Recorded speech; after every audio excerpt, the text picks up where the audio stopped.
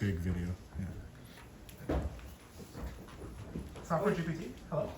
Are you up? And Kyle? one last thing, Kai, it also Zach, works if you Sammy? highlight a piece of text. You're losing. It also gives you Don't- recommendations. Artificial emotional intelligence, you're on deck. Please be prepared Anyone- to get up. Everyone will be penalized for going over. Neck punch. There must be rules. I mean, that's pretty sick. Huh? Cool. It's great that we should find profit, but actually, Where's Sam? Yeah, you two want to run through it? Hello, everyone. Oh, yeah.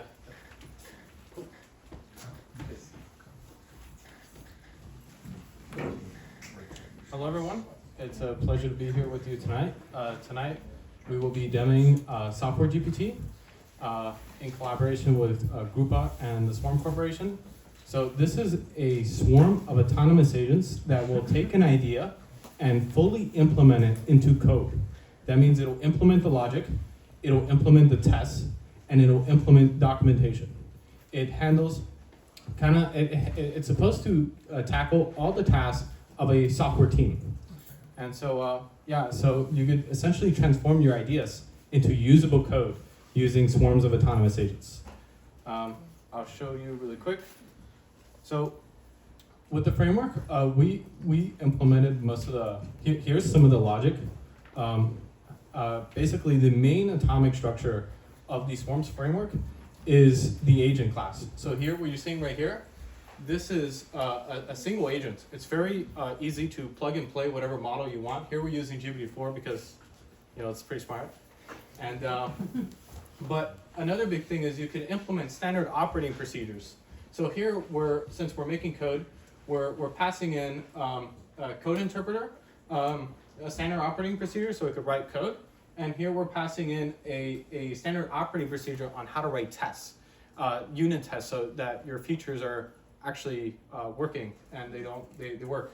And then we have another agent here that is documenting all the code and everything. So I'm gonna run it here. So the idea is people can connect GitHub existing code base and sort of synthesizes, learns that code base, and use that as a context for building the next thing. So I think it's Everything you're showing you made today? yes. Yeah, Sick. yeah, we made this all in like Yeah. 1 hour. Yeah, we're trying to do that. You have 30 seconds if you want to show. Yeah, Oh, sure. did you make anything? Did it actually run and make a product? Yes. Yes. So here, No questions, Connor. After. They've got, so they've got here 15 we're- seconds to answer. okay, so here it's gonna run. What's gonna happen is you have an idea. Where's the idea? So we're gonna make a new sign-in system using Supabase, and so basically the inputs are two things. You have a feature you want to implement, and you have a code base. So you're gonna implement the feature and the code base. Then there's gonna be an agent that creates the logic, or that the first agent is a kind of like a product agent. So imagine. Time. Demo. Done. Just them. Show me after. Done. You're done. Oh, okay. Sorry. Thank you. Thank you. Yeah. Oh, Very cool. yeah. Yes. Sick. Got it. Well done. Oh yeah, the team ran. Cool. Post all your evidence of success to the group chat. Thanks. Okay. Yeah, it's Yeah, open yeah. source. So Yeah, record a video. And post Yeah, it. record a video Zoom. of the Yeah. the super basing work okay, and, sounds the, good. and then the code work. Sick. All right. Very cool. Thanks. Artificial emotional intelligence, is that garden paths? You're on deck.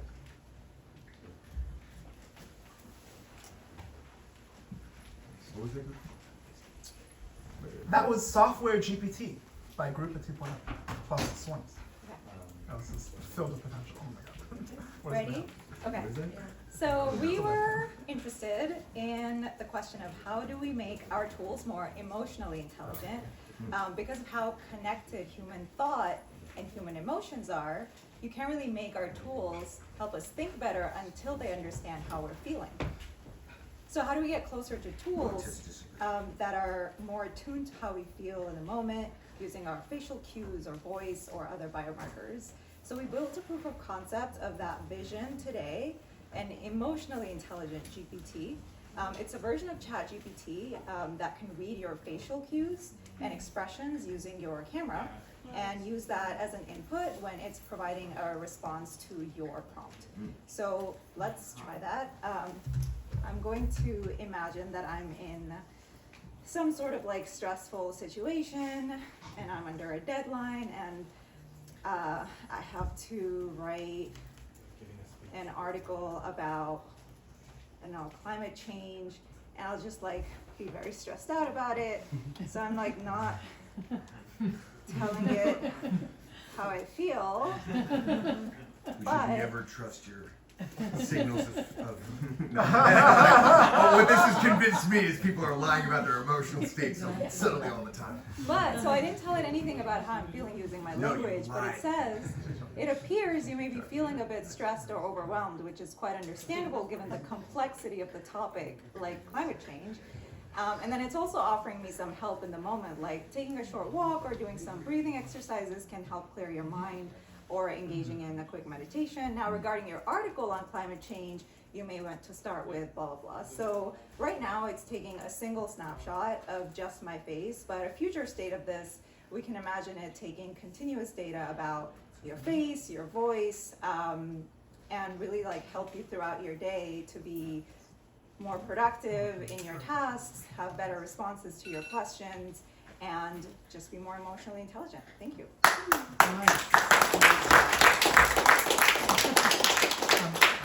Just GPT Vision or something else. Yes. Cool. I'm curious if you have a bunch of poker players doing that. When it comes to Micro Prompt would be really cool. yeah, I know, like that's when Yeah, you're really exactly. Garden has Europe. Internet of Agents. You're on that. Internet of Agents, please add a project description in your linking post.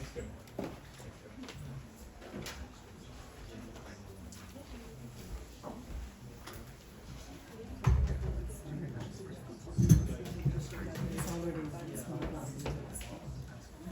This is capturing the routine also. Hi, so our project was inspired by the novel The Garden of Forking Paths by Luis Borges, and Justin will tell you a bit more about it. So who here has never used ChatGPT for writer's block? Okay, so all of you. But with that, you have to use prompts, and it's nice to have inspiration that's helping you in the creative process. What if while you were writing, you get AI-generated tree of ideas to help choose a narrative? In this demo, we're gonna set a style and a context for J.K. Rowling, and we'll see. But basically, we've been constrained by linear storytelling. Some examples that have done non-linear creative process is Westworld and Witcher and Inception. We can expand our human mind with a wider range of ideas using a tree of branching narratives while we're typing. So here's an example of us writing the first sentence and then creating the garden of branches. If you can zoom in, there's 3 sentences. So this is an auto-suggest for the next sentence or an auto-suggest for a sentence completion while you're typing. So okay, you're a machine learning engineer, Harry. Magic Harry's like coding, Dumbledore said. Each spell a line of code. Master it and you control the wizarding world. So we don't have time to explore the tree very well, but these branches are saved and you can go back and traverse that and interact with it. So the goal here is to have a more imaginative, creative process. And, you know, if you can imagine choose your adventure or fan fiction that's close to that, but this is AI enabled for more fluid ideation.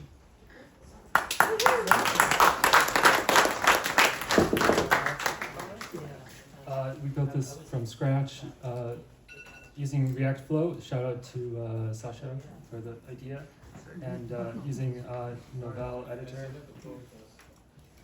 And yeah, Marco worked on like the React Flow. I did the editor and the OpenAI API calls. Cool. Thank you guys. Thank you.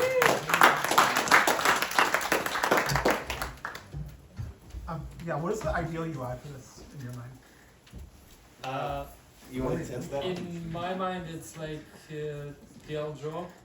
So as you start typing, and as soon as you press space, you get 3 branches, and Okay. you just continue and then continues branching to the right side, right? But we didn't have time, so this is a bit clunky and it takes a bit of time to get the responses for OpenAI. For simplicity, we chose full sentences and only 3 options, but of course you could do other chunks and different persona. There's a lot of creativity you can add to the features. Can you also just do it with single words? Yes. Instead of- Okay, that would be Right, cool. Jeremy? Then writing the whole thing. Okay. Congratulations. Very cool. Very, Um, very nice. So, Internet of Agents, Div Secret, you are up. Please add a link with your project or something. Thought O Complete, Rohan Vidhu, you are on deck.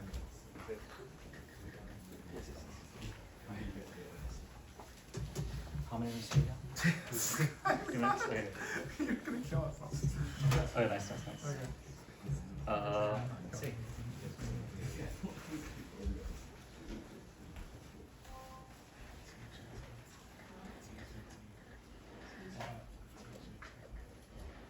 Cool. Let's see. I'll motivate this bit. How much time do we have? 2 minutes? 2 minutes. Okay. So the idea is that you want to build like this kind of agents where like you have this agent that Louder. can go do stuff over time. And we want to build this sort of like a manager agent that can interact with the user.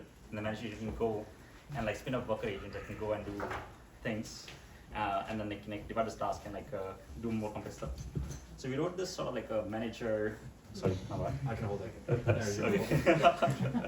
Okay, so we wrote this like like a manager web agent, which can go and launch multiple like worker agents. So it can decide like, okay, like should I go and like create more agents for something? So we wrote this class here. So I created this like social manager, where we told it like go to my LinkedIn, Twitter, Facebook, and make a post promoting my company's new product, AGI. Oh, this explains your tweet. And then we can like launch this. So here we're launching the manager agent. The manager agent can decide like what to do. So it's like doing some OpenAI calls to decide like, oh, maybe I should spin up like a bunch of like different like worker agents. And so now it's deciding what to do. So it created this 3 worker agents that you can see. And now it launched 3 browsers. So I have like a LinkedIn, I have a Facebook, and I have a Twitter running. And it's going and like making posts here. So it made the Twitter post. Here it's making like Facebook. Wow. And here it's making the LinkedIn one.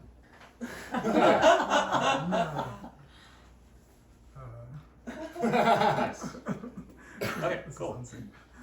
This one is still pending, but let's see. What's in your mouth? It's clicking on what's in my. Oh, nice. Yeah. Cool. No. Very cool. And now you can like run this recursively, where you can like go and like do like this over time, and you can then create this as a cron job where you can just like orchestrate or make it recursive, so you can just create more tasks recursively. And to end the demo, like we also made this thing where we took everyone's names from the particle invite. So we like scraped everyone's like names. So there's like 150 people, and then we chose like I will say roughly let's choose like 100 people in the guest list, and then we will send them like a LinkedIn connect request. Nice. Let's see, my computer might crash, but let's see. There's no way. LinkedIn bot detection. So Is this in parallel or in sequence? Oh my no, God. it's all parallel. So it'll be like 100 agents running at once. Let's see. We have about 15 seconds. This is what we must stop. CEOs are gone after this. Takes time. This is built on what? So how are you gonna Okay, nice. So disambiguate names? Oh wow. Okay. Wow.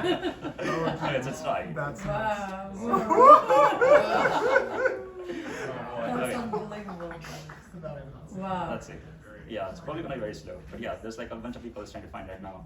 So such more Gatsby, what that is, Mine is 100. and Ethan, Social credits. and yeah, well. This is the new Scarfield. So Skynet is not too far away. Hold on.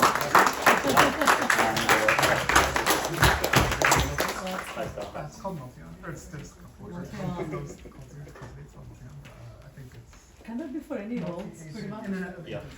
That's incredible. Sorry, Dib, what did you Yes, do kind today? of, yes. Sorry. What part did you do today? We did the manager agents, The like all the managers? coordination. Okay, and what managers were spun up? Sorry. What manager agent, like what did it spin up? Oh, so the manager can spin up any sort of merge on workers. Oh, okay, and so those are like 100 workers. Like, Yeah, yeah. okay, cool, so the parallelism is, Yeah, and it's also deciding what to do. So it's like I see. creating some commands and Sure, some tasks. okay. Yeah. Awesome. Very good. Very good. Okay. as we're loading up, I'm gonna take time. Oh, yeah. So, Alpha Chat, you're on deck. On deck. Yeah. Sorry, please go. So, for AI to really be a co-pilot and an extension of thought, it needs to really understand what we're saying, right? So what that means is, like, if anyone's ever used the conversation call ChatGPT, it needs to be able to understand where you're going, what you're thinking about, be able to cut you off, interrupt you. Some people here are talking about pair programming, whatnot. In that, you need to kind of know where people are going, be able to cut them off. Recently in LLM, speculative decoding has been a thing where use a small model, try to predict what's going to be said, big model uses that. We tried to kind of fix the interruptions in audio and voice. So we have a demo here where basically every word that you say, a model is going to try to predict what's the end of your sequence. If it's starting to be on the right path, we're going to do some fancy fuzzy matching, whatnot. If the model is able to correctly predict what you're going to say and then you really say that, it'll send a big call to GPT-4, end your thought, give your response, interrupt you, and then print it all out. So, all right, well, our I demo could try to do this with just audio. In theory, this should work with just audio. Yeah, so HDMI is not working for whatever reason, but... You might have broke it on the projector. Oh, yeah. What So this is the following song on a dark desert? Autocomplete. What is the following song? On a dark desert highway, cool wind in my hair. And then now it's going to go call GPT-4 to actually answer that query. The lyrics you've quoted are from the song Hotel California by the Eagles. This song is one of the band's most famous tracks and was released on their 1976. So basically what's going on there is as you do this in real time, so our other demo is like a live instance of Whisper running. It's just pretty slow, but we could run that too. So it's live transcribing what you say. For every token, it's trying to use GPT 3.5 Turbo, which is the fast model, trying to predict what you're going to say. If in the next few tokens it's right, it cuts you off saying this was your statement, sends it to GPT-4, answers it. And yeah, we want interruptions, so harsh interruptions. Whisper local is slow, but yeah, slower. The general idea is that we have a lightweight model, right? So like as you're speaking, so the first voice is like the person who's actually speaking. So they say what, we use a lightweight model to complete it, and then once we feel like we've converged, we've got like a correct completion, then we can just use the full completion of the thought, right? All the user said is on a dark desert, we fully complete their thought, and then we use an actual high powered model like GPT-4 to answer it. So proof of concept, very researchy, but I hope you guys got the gist. Thank you. What is the sexy male voice? Onyx. Onyx? Yeah. Really? Okay, cool. That was OpenAI text-to-speech. And then Whisper for... So OpenAI text-to-speech has a name. Oh, yeah, not Microsoft. Onyx. Of course. So it's OpenAI's Onyx cool. and then Whisper. Yeah, we'll use it.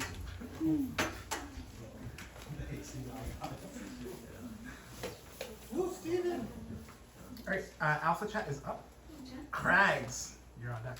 Okay, why is this being naughty? Give it a sec. What did Rohan do? He just kick something? I fixed it. You kind of tripped on that. Okay, thank you. Just wiggle it a little bit. Dave, can you guys add a link? You have a link to your project. Some link to your project. Oh,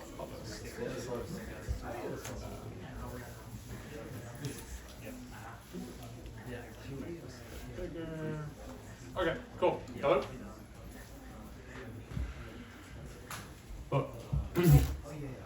Okay, cool. I love using language models to learn things. Silence! I love using language models to learn things. But my experience with language models so far is that I take a larger block of text and give back a smaller block of text.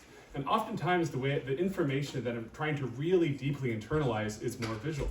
And there are many high quality publications that have papers on archive, textbooks, blog posts that include diagrams and images as a part of conveying information, but these are not yet fully incorporated into the language model experience. And so I wanted to start that. So here is 3 hours worth of work towards image augmented chat. So I'm starting with archive papers because that's something that I want to be able to read and digest quickly. And I have the back end and the front end, but they're not connected because it's front end. Yeah, you know what I mean. So so here's a Figma mockup. So an example of the interaction would be if I say, how does the training process for generative video models work? There was this excellent paper that came out from Stability recently. So I'm going to run a script that takes in some recent archive papers, such as this one on stable video. And I'll run a script that extracts all the images in this paper, and then the associated captions and the text before and after the image, and then adds that to a, oh, there we go. Adds that to a database where we can chat with them. So there it goes, it's loading. Oh, look at all these URLs and captions. Great, okay, so here's another image and the associated caption. Here's another image, the associated caption. And the result would be that if we ask this question, then it responds not only with text, but with relevant diagrams to assist your learning. That's very good. What is your parser for the PDF to image data? So this was just using currently online papers to extract the images, and then I was using PyMu PDF and Llama Index. Okay. But the papers are in PDF format. And The- you guys, go ahead. Just for today, the papers are in on Archive They're Vanity. HTML format. What's that? Oh, okay, cool. Yeah, Wait, where are they? Yeah. Makes sense. Yeah. Archive Vanity. Sure. Oh, cool. Yeah, cool, but cool, cool. but I'll plug in PDFs. Yeah. Yeah, good. One Yeah. song. That's great. But- Way to start. There are thoughts and questions. I'll leave 30 seconds Yeah, left. couple- Thanks. Okay. Very good. Great. Wait, so there's 30 seconds? Wait, so you're Yes. taking PDFs, reading them, and then creating graphics based on the information in the PDFs? So I'm extracting all the images and then getting the caption, 2 references to it. So if it says figure 3.7, then I take the text surrounding that reference and also associate that with the reference to figure 3.7. And then I create a lookup so that if someone searches for something that is semantically relevant to the text that was in the caption for figure 3.7, then it returns the URL as a part of the list of retrievals to display. Can you do that with multiple sources? You can do this with as many sources as you want. Very You're using Chroma, like they have multimodal support now. Could you also surface? Yeah, so an addition would be if there are not captions or other relevant text, then we could use GPT-4 to automatically generate captions for images. Perhaps not as technically detailed all the time, but useful. Great. Fantastic.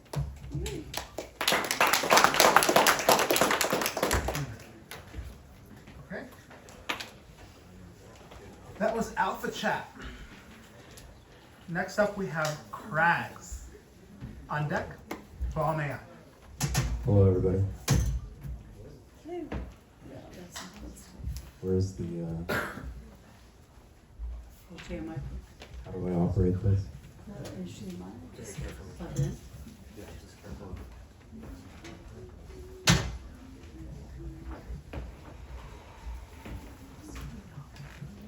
But I gotta do the thing again where I like walk over here. Yeah. Oh, sorry. This is just like wiggle, wiggle. Yeah. How much are the prices? Oh. Could it be that the connection? Yeah, it's gonna be. All right, off to a great start. In grad school.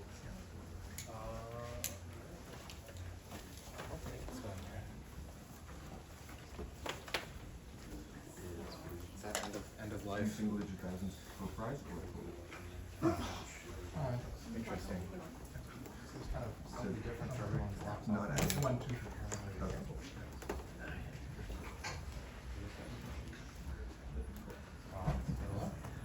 Hey, hey.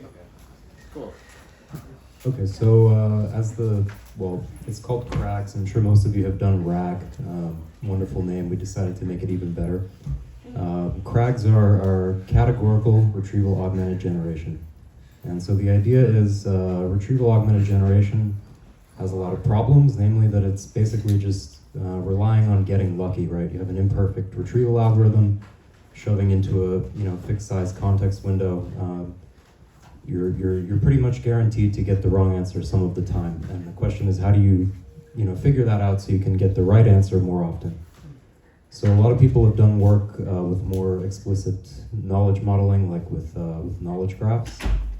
But I think they don't go quite far enough. They still have a lot of issues with them. So we're interested in this paper by David Spivak from 2011 called OLOGs, which basically this is talking about how do we put some structure on the information such that we can actually infer things directly from that structure.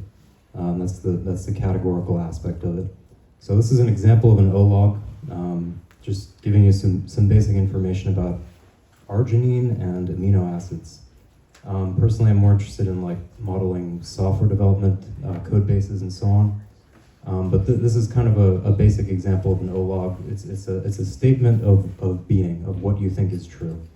And there are many ways to build these, but we thought it would be interesting to try to use the new GPT-4 JSON output to actually generate these.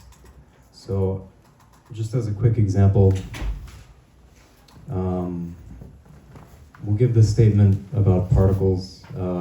Fermions and bosons are particles. Fermions have half-integer spin. Bosons have integer spin. Half-integer obeys the Pauli exclusion principle. Integer spin do not. Basically, this is saying some of them make up matter and others make up fields. But that part's not too important. The point is we're trying to get the model to actually realize this. And then Barton, say something about it. Well, basically, crags are just like rocky formations. They exist in Scotland and a number of places. We have put together several papers for you to load the entire repository into your cursor and ask the code base questions to learn about it. Instead of tackling niche products and shipping things and funding them fast, let's build ecosystems of epistemic comments where we discuss difficult issues and understand what it's like to represent knowledge. We all have different thoughts. They appear at different scales. Sometimes we talk about small, sometimes we talk about large. As a bonus, you'll find in the repository, this doesn't really work, code that converts your ChatGPT history, if you export it, to an OLOG, and then exports that to Markdown for Obsidian or your favorite gardening tool. So yeah, please use it, add to it, and we look forward to continuing this tomorrow. Very cool.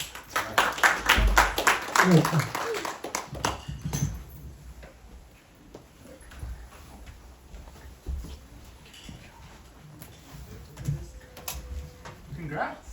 Bomb AI. You're up. Congo XML. You're on deck. For how long?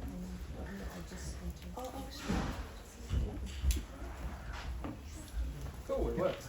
That helps. Hi, I'm Chris. I was on a team of 3 of us. None of us were technical, so it'd be very interesting to see what we managed to get done today. Okay. So one of our members is founder at Balm.ai, which is a platform which helps you to find a therapist. Now, we actually all met 2 weeks ago at the AGI BOD conference, where we saw this amazing talk from research who'd done something really incredible that we couldn't quite work out.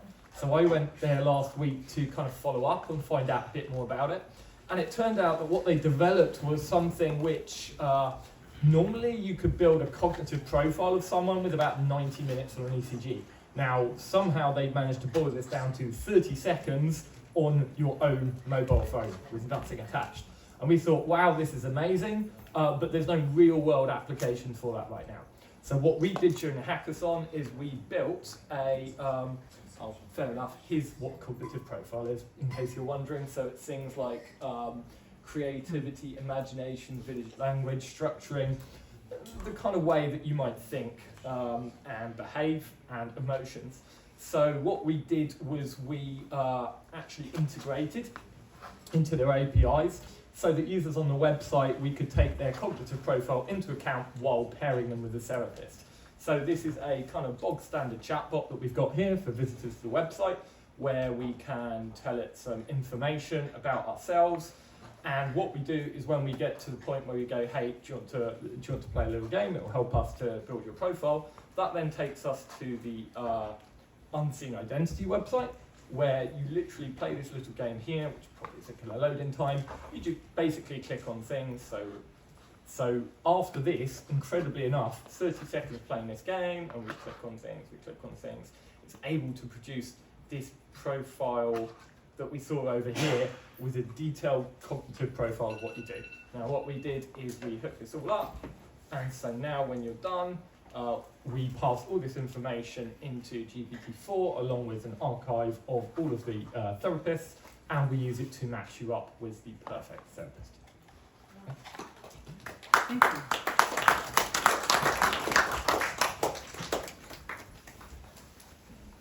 Okay, that was bomb. Convo XML, you're up.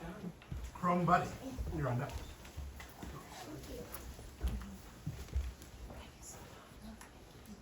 Okay. I wish I could get the classic white GitHub up.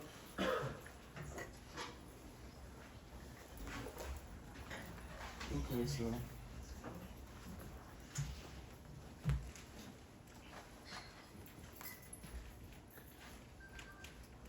okay. So it looks like what Chrome does is extend by default, so I'm gonna try to okay. So yeah, so for today I guess to start off with the prompt statement. Sorry for the dark mode. Not sure how to get it back to the normal one. The idea is just great.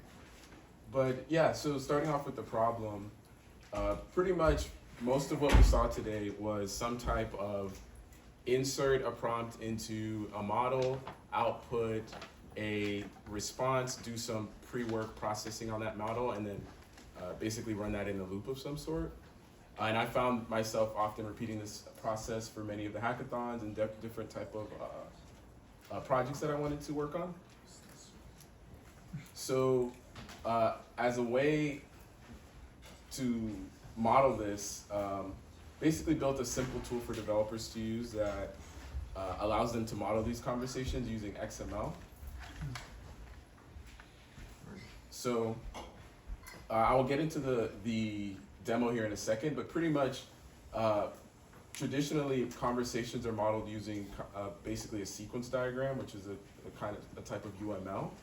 And all we're doing is taking those UML diagrams of how conversations are modeled and converting them into XML, and then it's just fed into Python and processed the way you think it would. So to go into the demo real quick, so this is pretty much the library, and then the demo. Let's see. Is this it? Okay. So to kind of as a proof of concept show how the model works, I have here. Sorry, my desktop at home is messy. Right here, it's here. Shoot. We're almost there. So basically I have here this XML file, and I'll start running this in the background now so that we can get this going. But pretty much I have an XML file here for my basically Twitch channel Blaze Labs. That's what the whole Blaze Labs thing is. And here you can see it basically is creating a set of an autonomous audience using the Twitch bots, but it's all defined just using the XML. So the moderator to choose which agent goes next, and all the set of prompts or everything are just defined with this code, and then it auto runs. And then here, if you see, I have my chat here open. You can see the bots and their different names running here, basically via these tests. So basically, as I'm live streaming, the agents will react to what I'm saying and kind of have their own pseudo conversation. Yeah, so that's pretty much it.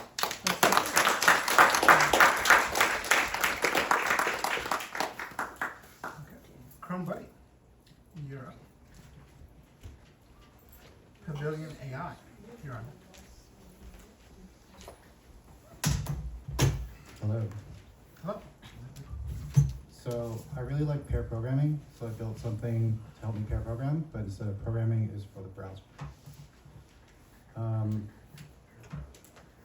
So the reason I like pair programming is because there's somebody that's there to help you take notes and to keep you on track. And you can imagine when you're trying to work, there's a lot of threads that are going in your head. So here's a picture I drew. On the left side, that is like your time. Like this is the time of your day, and on the right side, that's your brain, and this is off. Hello? Testing. There we go. I'll start right in the middle. You can imagine that time on the left side is this immutable log of your life. Like every moment is represented by one of these dots. And when you're online on a browser, you're starting these threads. So in this green thread, it's maybe something productive. It goes to Twitter, it goes to shopping. So I'm building a system that can chat with you while you're browsing to try to get you back to the most productive thread. And you can imagine the recommendation system could be built on like what is the most effective chat for you to get you back to productive. So I did this on my browser. It's logging everything that I visit, so every URL that I go to. And if I'm on GitHub, it's very nice to me. Sorry, all of the sizing. There we go. And if I go to something like Twitter, the prompt is trying to, and you can read it. It says, I'll tip you $100. Every job is on the line. That's the prompt to make sure it's really good. And it's telling me that I've noticed that you've navigated to Twitter. So this is what I do. And you can imagine if you're programming and you go off track, the person sitting right next to you is going to be like, why did you do that? And this is exactly what it's supposed to do. So it's supposed to, you can imagine if you did this text to voice, it's literally talking to you while you're browsing. Wow. That's very good. It's like the voice in my head. Exactly.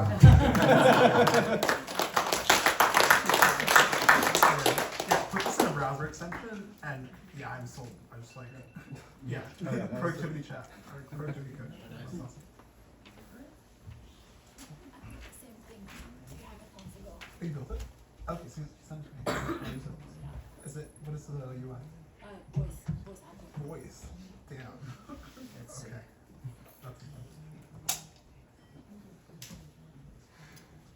Hello everyone, my name is Anthony Ayala. I'm the founder of Pavilion AI, and we are helping build an AI partner for creative expression. To start off with, we're targeting content creators. Content creators have three major problems. First, they have difficulty ideating creative ideas that are going to engage their audience day in, day out. They have difficulty translating those ideas into output, and it takes them a ton of time to do this. It could be 4 hours for a 30-second TikTok video. So we built an MVP to solve these pain points. And here it is. With the MVP, you could give voice notes, you could text, you could tell it what you want to express, and the volume does not seem like it's working. I'm currently living at a startup founder.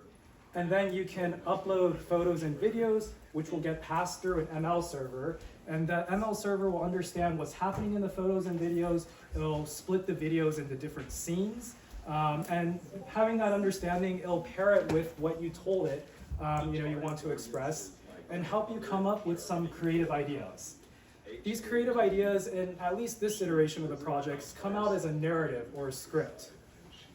And you can then co-create or co-edit the script with the AI, at which point, once it's finished, it'll help generate a video.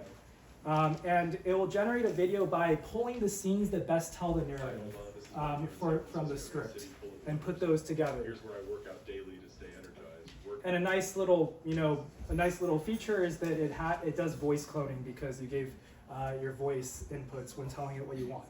Now we tested this with some creators, and what they really wanted is personalization. So they wanted not to just give them cool creative ideas and output, but they actually wanted to be personalized to the kind of content that they want to create, the kind of ideas they want to express, even though they might not have those up front and might not have those structured. And so the next step, which is what I had hoped to sort of do with the hackathon, is be able to get creators to answer some survey questions provided with personal documents and data to be able to sort of train a custom GPT, and then have that be able to personalize their ideas. And ultimately we want to be the platform for creative expression, and we are also hiring and looking for a technical co-founder. Unfortunately, my CTO quit yesterday, so if anybody is interested and wants to be a technical co-founder of a fast-growing startup, please speak to me, or if you know any friends. Thank you.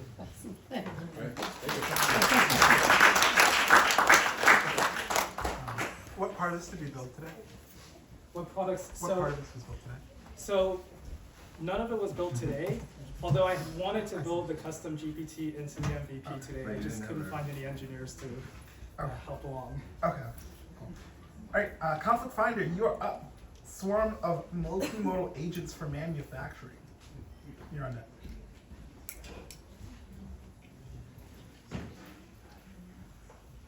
that. How we all doing? We're out here in a beautiful house, listening to some AI talks, like building the future. Let's go, right? It's hype. Yeah. All right, sick. Yeah. Let's get hype. I'm a nervous speaker, so I needed that. You got it. All right, so my thesis is basically like problems are like pretty big, in general. Like we got big problems, humanity's got big problems, and we've got small little monkey brains, like it's tough to think about these big problems with our small monkey brains. Anyway, computers though can store a ton of data. They got big brains. They're just bad brains. I don't know. They're not as good as ours, but they can store a lot, so that's pretty cool. And so the thesis is that computers can help us solve big problems. So that's what I'm gonna show today. Basically, like when we're thinking about big problems and we're just like working through and writing our notes and stuff, sometimes we lose our working memory and then we conflict with something we've written before, or something doesn't quite line up, but we don't realize it immediately because it's something maybe that we wrote yesterday. So I built something that will help you find conflicts while you're writing. So for example, I've got a few sentences here. I'm deciding on a location for the next offsite. I would like to stay in the United States. And let's say tomorrow I'm like, I'm considering holding the offsite in Istanbul. So if I let it do its thing here, it'll find a conflict for me and very helpfully point out that Istanbul is not in the United States. I got a little bit longer one here. It's pretty long, so you don't have to read the whole thing, but let's say I'm like, okay, like we have a max team limit of 6 members. So this is something our manager gave to us today, and we don't know what else our notes are. Sorry, the highlighting's kind of broken because of the computer to display whatever, but anyway, it helpfully points out that the proposal to hire 2 additional team members would result in a team size of 7, which exceeds the max team limit of 6 members. But let me try and zoom out a little bit. All right. Well, idea is to highlight and reference tasks and point out, hey, like this conflicts with something you've written before. But yeah, that was Conflict Finder. Very super creative name thing.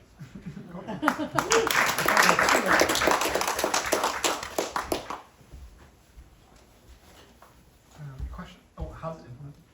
Just like a prompt. Yeah, it's like I chunk it up into sentences, have the source spans, go to GPT-4, go back. Okay. Swarm of multiple agents. You're up. Cortex. You're on that. Hello everyone, again. I would have. What was that? How many did you work on today? Oh, 2. 2. So that's how powerful the Swarms framework is. So, Nice plug-in. Basically, whoa, we're not connected. Use the Swarms for hardware. Yeah.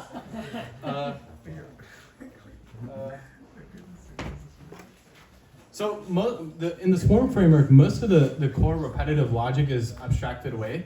So this enables us to just build prompts and deploy these agents and test out the prompts, so we don't have to waste our time doing a lot of repetitive stuff again. So here, I'm going to be showcasing a manufacturing swarm. So this is a swarm of multiple agents that check for health, safety, and efficiency, and some other stuff in a manufacturing plant. So we're going to be analyzing these images here. So this is super unsafe. This is Tesla. So we're going to be analyzing Tesla's manufacturing history here. So so each agent here is going to be analyzing a different part of the factory. And so here's the assembly line. This is very unsafe, and so we're going to see here that one of the safety agent picked up that this is super unsafe. And then we have another image here of red robots. This is kind of like the casting inside the factory plant, and we're going to have another agent that analyzes this image. And so basically the whole premise of this is to essentially deploy multimodal autonomous agents in the real world, testing them to see if they can work in high-risk environments such as a manufacturing plant. And the whole the vision is to one day fully automate every manufacturing factory in the planet or in the galaxy, so we can mass produce things and everything can be cheap. So here you see we're actually one of the first frameworks to effectively deploy multimodal autonomous agents that have the capacity to plan, reason, act, and in the real world. Yeah, Is this analyzing images only, or video, or? Yeah, these images right here. Yeah. Can you also do that for video? Yeah. You can do that for video, audio, and yeah. So we have models that you could just plug and play into this. You can use speech, vision, anything. So what did you build this on? The Swarms framework. Yeah. So this is a framework that we're making. Mm-hmm. Basically, you just like here are some of the prompts. And so you just pass in these prompts into the agent. And so those are like standard operating procedures. And you can specialize agents, basic LLMs with no specialization, and you can give them very specialized responsibilities using the SOP feature there. Yeah. Very interesting. Thank you.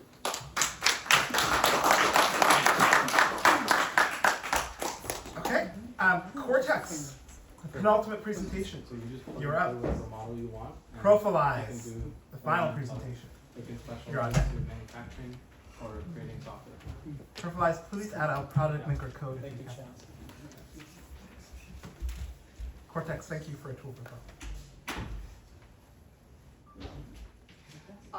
Hi everyone, we're a team of visual thinker. I have reviewed study about like 60 different productivity note-taking app in the past 3 years. What I learned is to truly have a second brain, you need to have both memory and also learning. Most of the note-taking app today, they look like a memory system. You have to manually fetch information and arbitrarily decide and categorize them. So I want to grow my knowledge base and I want to learn. So let's accelerate this. So we built Cortex. It's similar to your brain. It's a layer of learning on top of your knowledge base, regardless Obsidian, Roam, Notion, or the note-taking app. It first allows you to distill your personnel who understand your user profile. And also it auto-complete your knowledge base, suggest new knowledge you should learn. And also it extends your brain. I want to learn about EAC, it helps you conceptualize for you. So let's see a demo.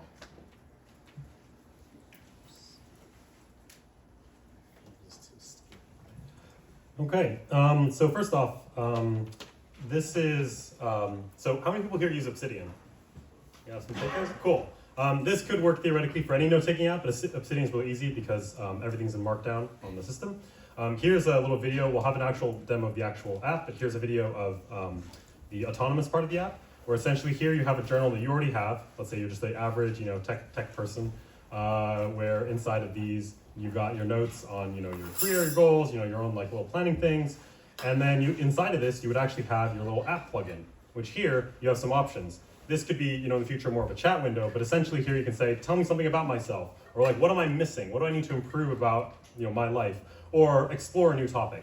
And so what happens is you click on that button, and it boom, like after a call to GPT, it has already indexed all of your notes and figures out something about you, like your profile.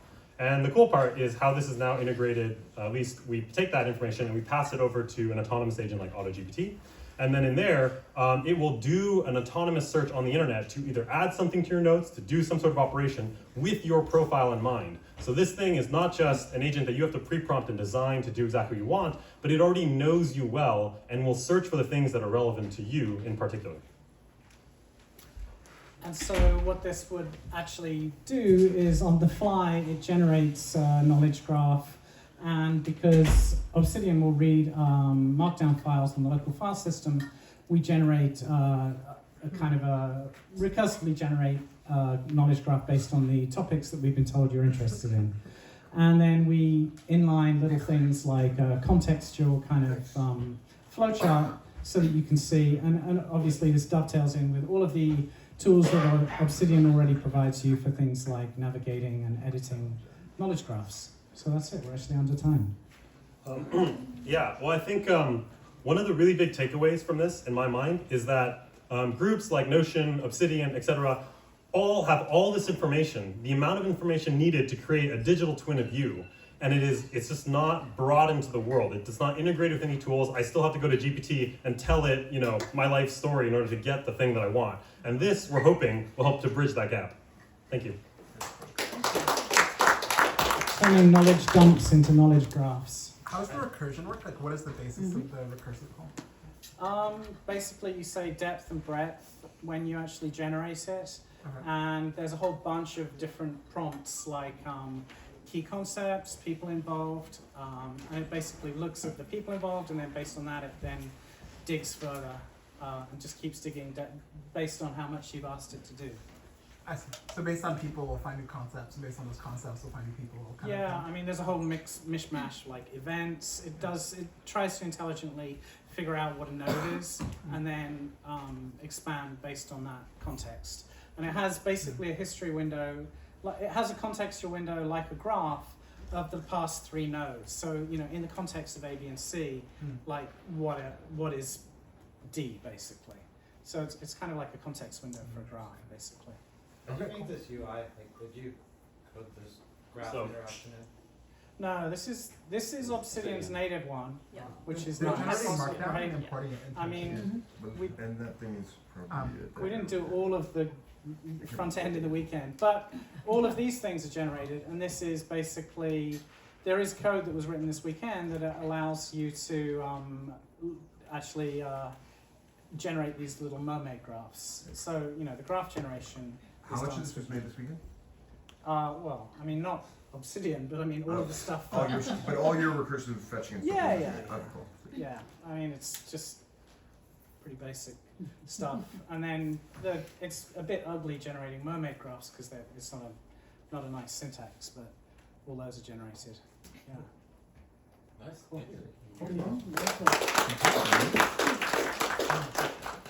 Profilize, you're up. Finish us off. Party angry. Is this the last one? Ostensibly, yeah. Though invariably people jump in. Oh no!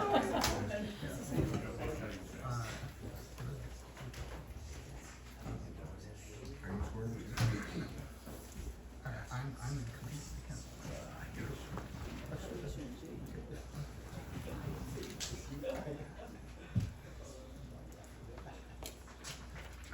Alright, this is really tall. Alright. Alright, how's everyone doing? I know. Okay, I know everyone's tired, so I'll just try to keep it short. So, hi, we're Profilize AI, and we built AI agent to streamline the entire hiring process 100 times better. So, how many of you have worked with, let's say, recruiter before? Can you raise your hand? Okay, not as much as I'm expecting, but anyhow, so we all know that in this recruiting process, which is oftentimes you get reached out to so many like recruiters, and oftentimes like they will ask you so many like basic initial questions, like all again, and this kind of like very inefficient communication just goes on at the initial stage, and at the end of the day, you don't know whether they have the best position for you, and also they don't know whether you're going to be the best candidate for them. So we figured that, and actually, in fact, that the applicant skills not matching their resume is one of the biggest issue in the hiring process. So we figured out, why don't we build a platform that actually would help both the candidate and the recruiter to curate their agent for themselves. So imagine if you're a job applicant, you will have your own curated AI agent, and on the outer side is for different type of job posts, you will have a different kind of AI agent that's created for different type of job posts. So here's a demo. Yeah, so basically how it works is just profilize these agents representing you, and these agents will talk to each other. So here will be a demo. Here, let's run it. Let's go directly to here. So here is the interview. So what happened? So it's, this is the agent asking for candidates, and what happened? And if you're satisfied with this, so right now it's manual, so it's say exit. So this is passed to the recruiter. The recruiter's agent. So they are just doing agents are doing interviews on themselves, and I put this on manual mode just for demo. And if it's satisfied or there's no more answers, just say exit. So this will keep the conversation flowing until the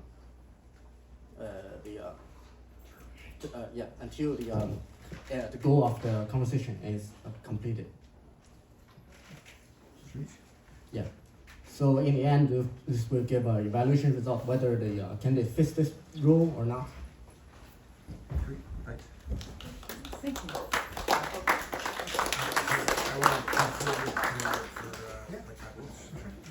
Thank you. Thank you. Is there anyone else joining, or does that sound like? Yeah, that's it. Cool. All right, good. Okay, 5 a minutes huge to round of talk. applause for all of our presenters.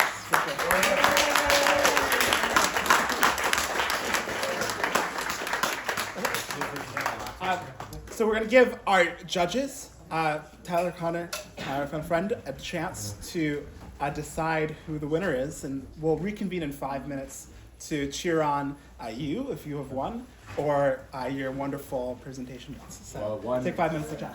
One quick comment I'm going to make as well before we jump into stuff is so for this event, again thanking our sponsors Grupa, who came in with a lot of help. This still cost like a few $1,000s out of pocket, and so basically if you're balling out on money and you think this is really valuable, would appreciate any help. That's good. Yeah, I'm sitting out, but basically there's my Venmo, and if you're broke and you basically, so like yeah, I guess the context is, you know, for me when I came to Silicon Valley from Canada, I had $100 in my bank account and I lived lunch and dinner off hackathons, and I slept on couches or on Geary Street, and so like there's like this spiritual moment of being able to like pay it forward. So if you don't have capital, it is like an honor to like, you know, pay it forward. If you're balling out and you're like, this changed my life, this event's dope, a few bucks is definitely appreciated because I'm, you know, still, we're still on the way. So thanks. Anyway. Huge thanks, Matt. All right. Yeah, if you want to deliberate downstairs. Cool. What's the last? What's your last four of your phone number? Oh, Jesus. 5520. Wait, I should remove that. Well, I guess you're just confirming. Yeah. Thanks. Can you ping Slack? Can you ping Slack? Yeah, I'll ping it after. Yeah. Cool. All right. Oh, you found it? Nice. Cool.